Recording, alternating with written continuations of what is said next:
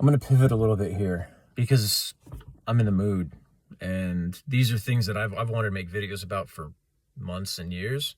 It's just finally today is the day, and it's upon me, and I'm just going to keep going.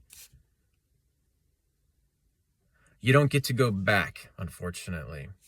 There are people right now who are recognizing the chaos of the world. They are seeing the fall. They understand to a certain degree what's coming, maybe not in the way that I'm explaining it, but they are running for cover in a certain way. They're looking for a safe place.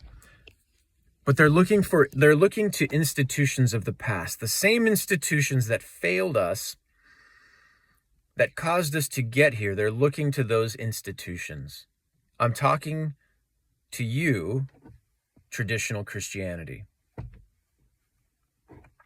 I know that world. I grew up in that world. That's my world. That's my world.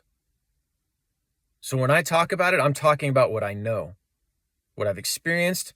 I'm a citizen of that world. Okay? That world is a mess. It does not have the power to combat what is coming because it doesn't understand the teachings of Jesus.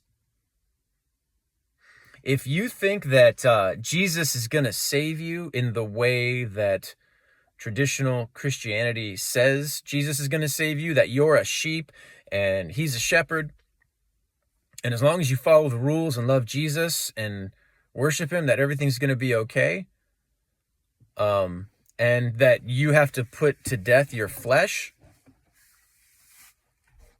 that your job is to carry your cross in the sense of be crucified with Christ, and if you have a flesh that's causing you to stumble, that you cut it off, you're fucked. You're fucked. You're not going to survive this because that's not the message of Jesus. That's not what he offers. What he offers is integration. Jesus is somebody who integrated every single aspect of himself. He became the one whole being that we are all meant to be by unconditionally loving every part of himself, bringing every part of himself back into the fold and becoming one. That's why he said one can put 1,000 to flight. We think that means that any one of us can put 1,000 to flight. No, it does not. Because how many of us are one? Very few. Maybe none. We are houses divided.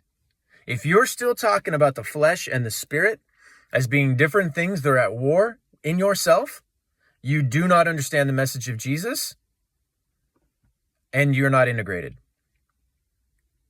You're not a follower. If you want to follow Jesus, go into the deep, leave the 99 to save the one. Go into the hell of your own life to preach the good news, which is you are forgiven. You have a place here. Come into the fold. There's good news. You don't have to stay outside anymore. You're welcomed here. You have a place here. That's the good news. And in that good news is empowerment in every dimension of the world that we are meant to occupy. And when we have that, we lack the desire for the things that are currently tempting us.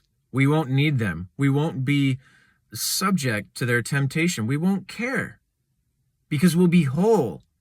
There won't be anything in us for these systems and these people to prey on. There won't be anything to hook. There won't be a foothold. We cannot deal with what's coming by going back to the institutions of the past that have failed us so far. We have to move forward. We might use a lot of the same words we were using back then, but it's not going to be the same ideas. If you think you know what love is, you're going to have to reconsider that. If you think you know what faith is, you might want to reconsider. If you think you know what hope is, you might want to reconsider, because all of those things are so much more powerful than I hear anybody talking about right now, that it's not even on the same level. all of the words and the concepts of modern, of Christianity have been redefined in a way that help us to validate the existence that we currently have, or that Christians currently have. We redefine love, faith, and hope in a way that makes us look like we have love, faith, and hope, but we don't. We don't.